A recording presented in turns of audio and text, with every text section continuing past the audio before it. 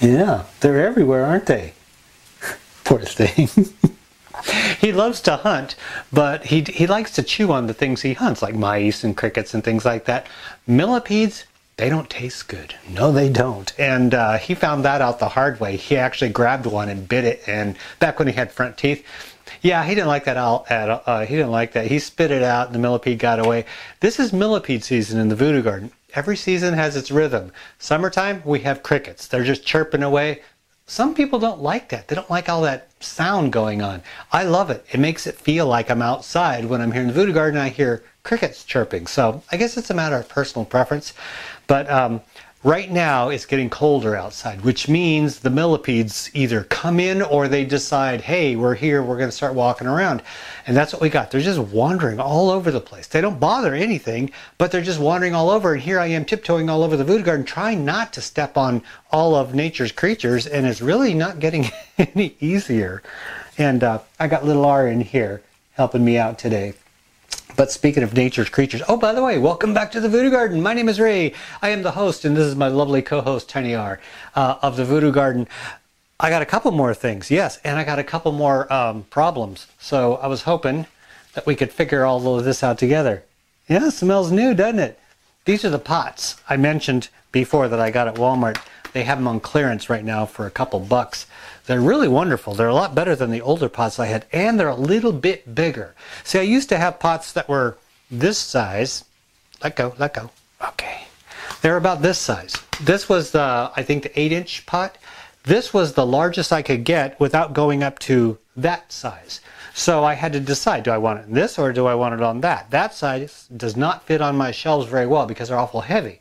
So then they came out with this. This is a nice little step between this and that, and it's inexpensive. I don't have to order it online and pay a crazy amount of shipping. That's the thing, when you live out in the country, your options are so limited. Sometimes you have to order online, and then when you order online, you find something dirt cheap. And you think, okay, great, click, you add it to your shopping cart, and then you look at shipping. Oh yeah, that's right. It costs a fortune to ship. A lot to ship. That's why ordering potting soil, things like that through the mail, no, that's not for me.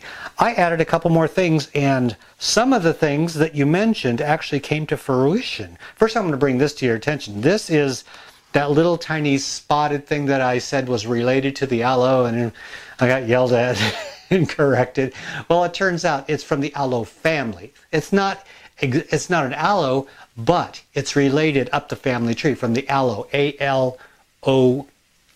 I think there's an E on the end of it. It's spelled different than just regular aloe. Anyway, A-L-O-A-E, something like that. Anyway, it's a member of that family. So it is related to the aloe, so I wasn't wrong. It put out a little stalk, and it had this little cluster, and I had such high hopes for that little cluster. Well, it turns out somebody mentioned, Ray, you're going to be disappointed. They put out these itty-bitty white flowers that don't amount to anything. That's exactly what it did. It put out these itty-bitty flowers that didn't amount to anything. They didn't smell. They didn't look like much. They didn't do anything, really. So now I have this kind of a dead, stemmy looking thing. But somebody else, one of you, you know who you are, you mentioned that when it starts doing this, it's going to put out a baby. Yeah, and it did. At the exact same time, it put out this.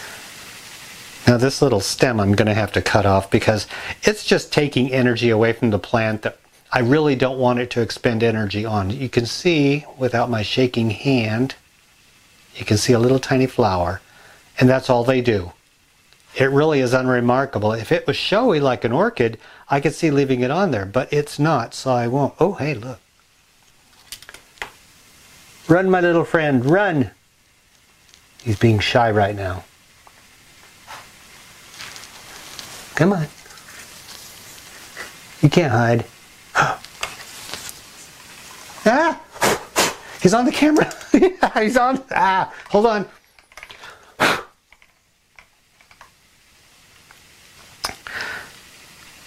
Okay, that was not fun. I was trying to show a little spider on the Voodoo Garden, and he ran up my camera and he got on my hand, so I had to cut. Okay, he's alive. He's just living in a plant now instead of on my arm. All right, back to what we were showing here. Little R will demonstrate. This is the little plant that I mentioned, and look, right down in here, you can see it's got a little baby, kind of like what a hen and chicks will do. Yeah, it's putting out a little baby right on this side. Not very remarkable. Hey, you guys haven't seen a close-up of Tiny R. Say hi. Yeah, these are your friends. Look at those eyebrows. The old man eyebrows. Look at the way he looks at us. All right, now that I've actually probably found the thumbnail for my program, this is something you've seen in garden centers. This is called a croton. Croton. And they put them on clearance sometimes at the garden centers because they get so many of them in. This was at a Walmart clearance rack. It was looking kind of scraggly. It was in one of those itty-bitty tiny pots. Yeah, you couldn't imagine. This was 2 plants in an itty-bitty pot. I don't know how they even stood up, but it did. It stood up. I got it, transplanted it, used a little bit of the compost potting mix that I used, and put it in there. This was a couple weeks ago, and it had no new shoots. It took a while, but now it's starting to put out the new shoots. These are a wonderful plant. They have reddish leaves, yellow leaves, green. They put out all different kinds of veins. That's not a defect, and that's not a dying leaf. That's how they look. Yeah, they're a beautiful colored plant. They can survive in bright light. Now, I don't put them in full sun. I've never had luck with full sun with these. You put them in well-drained soil, bright light, and that's all you have to do. Allow the soil to dry out a bit between waterings. I've never had luck keeping them moist. You may have, I have not. It's really strange. Sometimes plants will grow totally different depending on the person. Yep. And speaking of different, I'm going to really make you sad. Hold on, let's swing around here. Yeah, that. Hey, you're getting kind of loud here. Okay. But right here, this is that one of those ferns. Yeah, I tried to transplant it. It didn't go very well. I put it back in its own pot, and I'm keeping it in the intensive care unit. See, this is what happens when I get ferns. You wonder why I don't have ferns in my house? I don't know why. I just have that kind of luck sometimes. Some of them grow, some of them don't. And this one didn't. And while we were at the store looking for more pots, because every time we go to the store I got to zoom over to the plant section, I found a begonia. I've never grown a begonia as far as I can recall. And I saw this on the clearance rack as well. It was looking kind of peaked. The leaves were all laying down. I grabbed it, brought it home, transplanted it, and it seems to be perking up. I don't know anything about begonias, so this is a whole new experience for me. It's in one of the little 6-inch pots. It's got, from underneath, it's got that beautiful look, kind of like a coleus in a way. Yeah, but the leaves are totally different. They grow more like what is it? A violet, an African violet, with their stem structure. So we had that added to the Voodoo Garden. I'm really, really happy about the additions. Just a couple. See, I don't go out and I buy tons of stuff all at once because that would just fill up the Voodoo Garden too fast. And plus, I like to save a lot of money when I do this because this can be a very expensive venture. All of these plants I've gotten when they were very small, and then I grow them big. That's what I like to do. Okay, let's snip this little thing off. Oh, that didn't hurt a bit, did it? No, it didn't. Ray the surgeon. And yeah, these are all well and good. They're nice and healthy. I bring each one home and examine each one to make sure that there's nothing going on before it actually makes its entrance into the Voodoo Garden. I keep them upstairs, go over them with a magnifying glass, check the soil, check the plant, and if it's bad, I take care of it. Now, I showed you how I did it with that pump sprayer and the neem and pyrethrin in it. Well, I had an accident, and you can see that over to your left, closer to you. Yeah, that is the papaya. The one I keep calling a mango. It's a papaya. And you've seen that. It grew up, it got huge, I pruned it back, it got beautiful again. Well, summertime, the end of summer, which is what it is now, it's actually into autumn, what happens is in the air, as the plants start slowly going into their dormant cycle, they're not as robust. The grasses, dandelions, anything, garden plants, things like that. Well, what happens is, and also with lack of rain, the spider mites and aphids have gone hog wild out there. It is a circus. It's like Mad Max out there, and there's nothing you can do about it. Now, it's windy here as well. So what happens is these spider mites, they blow in the wind. They come into the house through the screen. If you open up your window, they'll blow right through a screen because they're itty bitty. And that's what happened. They blow in there, and then I have the fans going in the house, and so they float around. Eventually they find their way down into the voodoo garden. How? I have no idea. I didn't ask them. I came in, and that's when I got these things just a couple weeks ago. I came in, I was putting these away, and then I looked over here, and it didn't quite look right. And I thought, oh no, I got that pit in my stomach, and it was exactly what I thought. I put on my funky glasses with the big lenses on them, magnifying lenses, and I looked down there. It was swarming in webs and spider mites, and you just get that cold feeling. So I got the sprayer, shook it up, pumped it up, and I just doused it head to toe, and then also sprayed up underneath the leaves, the trunk, the soil. You have to get the soil, the pots, and everything around it. And I actually went through the whole room, and I sprayed every single plant with that, because you never know where they are. I sprayed every single plant, and now that one's over in the recovery area. Its leaves are starting to turn a little bit yellow, and I might as well show you while I'm here. This is show and tell, isn't it? Hold on. Well, here we are in the hospital section of the Voodoo Garden, and you can see the leaves are turning a little bit lighter colored. I can touch it because all the insects are dead now, but it was looking just a little bit mottled. This leaf is dying, and probably from the harsh treatment I gave it combined with the insects. But I'm going to go right over here, and you can see the leaf doesn't quite look right. See, it's got little spots on it. The green isn't quite right. That's the look it was giving me. So you have to keep looking at your plants. In order to take good care of them, quality care, you can't just set them there and say, well, they have no insects, they're fine. No, this is a daily thing. You have to keep looking at them. You have to keep up on that, because little pests, they come in with the wind, they come out from another dimension. You don't know what's going on unless you actually look close. A magnifying glass is your best friend. This little weird thing, yeah, my little helper, he sniffs on command. This little weird thing came off of the Prince, and the Prince of Orange. The Prince I mentioned was, I gave it compost. I mixed it in with the top part of the soil. I started watering it. It goes boom. That's another plant that I got when it was dirt cheap. It was just a little itty bitty plant in a pot, and I transplanted it. It's taken forever. It's taken about a year or so to get this big. It's a slower grower. I expected it to be faster, but then again, I've never grown this particular variety. Well, it was growing all well and good, but when I gave it the compost, it decided it wanted to flower. When plants are extra healthy and they're doing really well and they store up enough energy, then they start putting out the flowers. That's what this little guy did over here. I put a little compost in with the soil. You would think a succulent plant wouldn't like that, but apparently he did. Like I said, some do, some don't. This one decided to put out flowers. Now, I don't know about all philodendrons. All I know about is the ones that I've grown. Now, Prince here, he doesn't do anything spectacular with his flowers, so I keep snipping these things off, and the flowers look a little bit ridiculous. I'm going to bring you over here again, back and forth, back and forth. But I'm going to show you what's going on, because I actually have caught him in the act of putting out flowers. This is the Prince, one plant in a very large pot. It looks like two plants when you get up closer, but it isn't. It's one plant that I got in a very small pot, like I mentioned, and I buried it deeper into here, and as it grew, I put more soil in. Well, part of it grew to the right, and part of it grew straight up. So you have one over here that looks like a plant, and one going straight up that looks like a plant.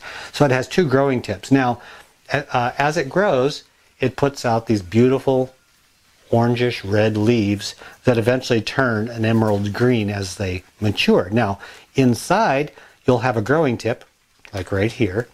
You'll also have certain other things, if you look close, because they blend in. That's the thing about their flowers. This right here is not a growing tip. This is a flower pod. Yes.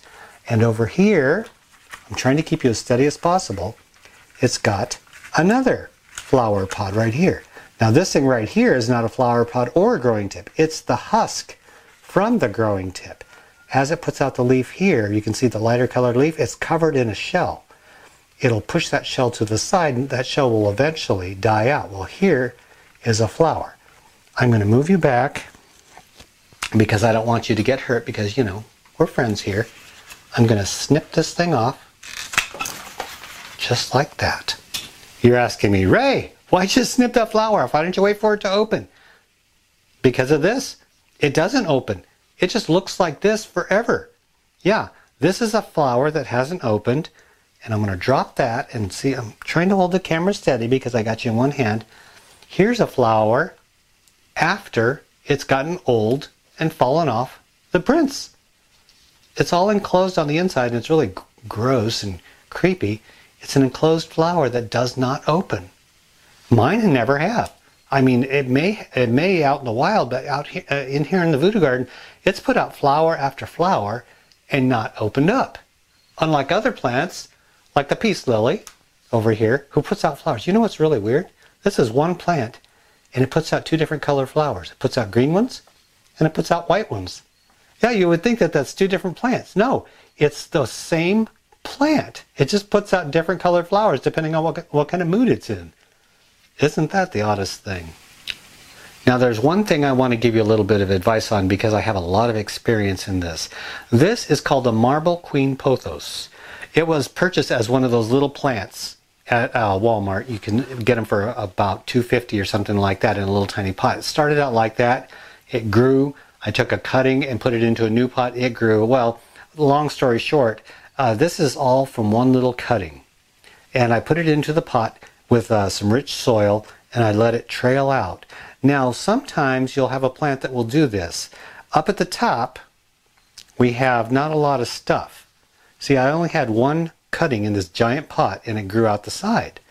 Well, what happened is I took cuttings off of that original one as it got bigger, and I put them in the pot to start filling it in. So that's what you see in here.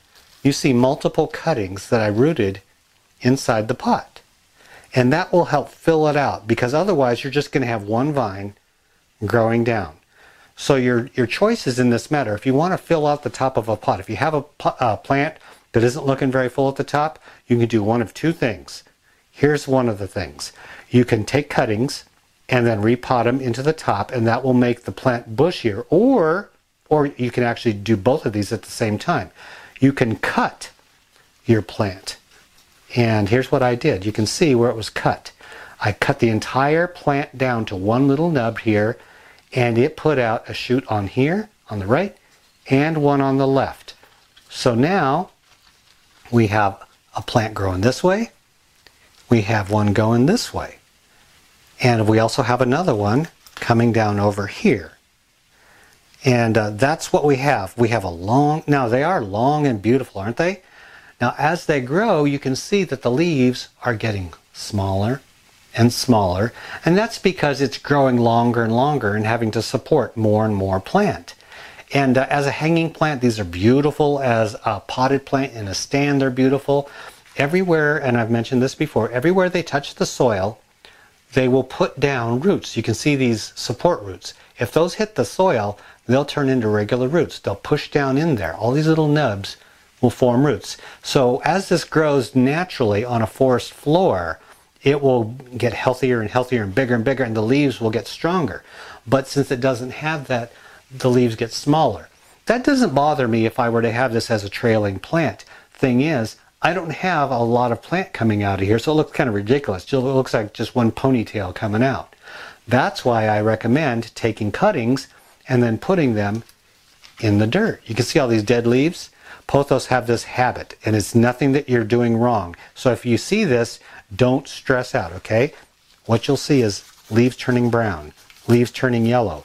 That's what pothos do. And they'll just randomly, a leaf will die, and they'll continue growing. Look up here. See, all of these leaves up here have died, yet the plant is incredibly healthy still. It's not going to die down there. But what that'll do is that'll give you all these stemmy looks. You know, stem and then no leaves. So if you want to get rid of that, what you can do is you can cut this back and it will branch out as more plants. And they always have something up here that'll give you an indicator. Let me try to shove your face. That's what a friend does. He shoves your face into the plant. This one that has the leaves dying, look right here. There's a little shoot there. If I were to cut this stem back, it would put out more growth there. So all is not lost. If you have a bare stem, you can cut it back, and you don't have to throw this whole thing away. You can take this long stem and cut it into like half a dozen cuttings and root those in different pots by themselves, and then when they start growing, put them all in a big pot and you can start a brand new plant. Or you can take the cuttings, and that's what I'm going to probably do later, is take a couple out and put them into the soil up here. And what's nice is I haven't filled the pot all the way up with soil. You can see it's down a few inches. I did that on purpose.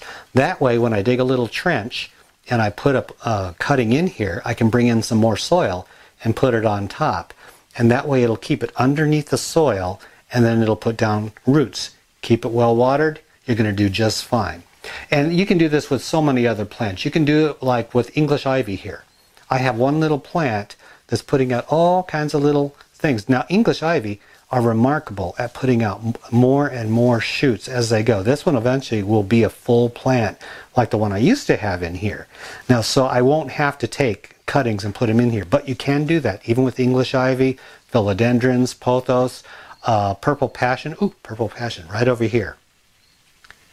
And here's a purple passion that I did the exact same thing to. It started out as a tiny little start of a plant, and this is what we have. It filled out the pot nicely. So there's a procedure for you if you want to fill out your plants and you're having a little bit of a bare look. And this is why I buy small plants, so I can start small.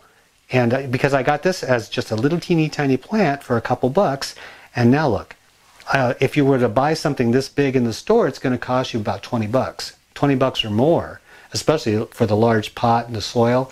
Yeah, it's going to cost you quite a bit of money. You can do this on your own, and the process is so much fun. Now, one last thing I want to remind you is to get yourself some rooting hormone, because when you're taking cuttings, they may root really easily or they may not. And I hate, it's just such a waste of time when you take all these cuttings and you put them in a glass of water or you put them in soil and they just die and you don't know why. You can hedge your bets with some rooting hormone. It's very inexpensive, only costs like a few bucks for a container that will last you a lifetime. And all you have to do is take a cutting, dip it in there, get some on the cutting, shake it all off, shove it in the soil, you're all done. And it really does make a difference when you're doing cuttings for a plant. And one last thing, I keep saying one last thing, but I can't shut up.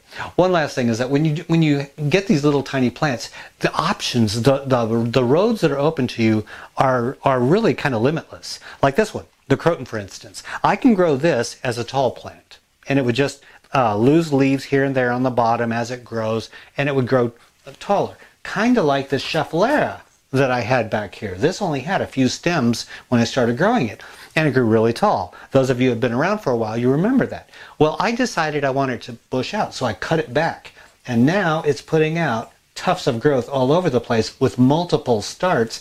And what that's going to do in time, for those of you who want to stick around, and I hope you do, it's going to start getting bushier and bushier, and this is going to turn into a bush of a plant, because I don't have a lot of room for a schefflera to get big and tall in the voodoo garden. So your options are open. Take cuttings, start new plants so you can give them to your friends or fill out your house, and you save a lot of money that way. Plus, it's fun. It really is. It is fun taking cuttings and starting new plants, because then you get more bang for your buck, and you can actually watch it from the very beginning as it grows. My little co-host tuckered out, poor thing. He's had a rough morning. Him and Tanner are running around. There was a storm last night, a really bad thunderstorm, so they were stuck inside. So they had a lot of extra energy, and so they're out running around. They got wet. They came in, and the first thing little crackhead does is he runs into my bedroom, soaking wet, and rolls all over my bed to dry himself out. Yeah, that's what he does. I can't get mad at him. Yeah, he's my sweetheart. Anyway, thank you for joining me in the Voodoo Garden. I really do appreciate it. If you have any question concerning indoor gardening, or if you have any questions at all, post it in the comment section below. Rascal or I, or one of my handy dandy plants here, will get back to you as soon as possible. Until next time, this is Ray in the Voodoo Garden. We are out of here. Oh, one last thing. One last thing. I won't mention it again on this channel. The compost. Remember the compost I was talking about that I used in here? I make it, and I'm doing a program. It's done. It's done, and it's not going to last long. I'm not going to sell it on this channel. I'm going to be doing it on the Praxis 55712 channel. So if you're seeing this program, go over to the Practice 55712 channel, look for the program. It'll be coming up just a short time after this program, and it's going to sell out really, really quick. I know it will, and I really feel bad that I don't have more, but there's only so much that I can do. So if you're interested in compost for making compost tea for your indoor plants, that's where to go. Okay, that's it. Until next time, this is Rascal and his plants. We're out of here. You ready to go? Go outside. Yeah. Let's go. You want to mess with me? Want some of this? You little crackhead. Let's go. You little tough bugger. Come on, baby.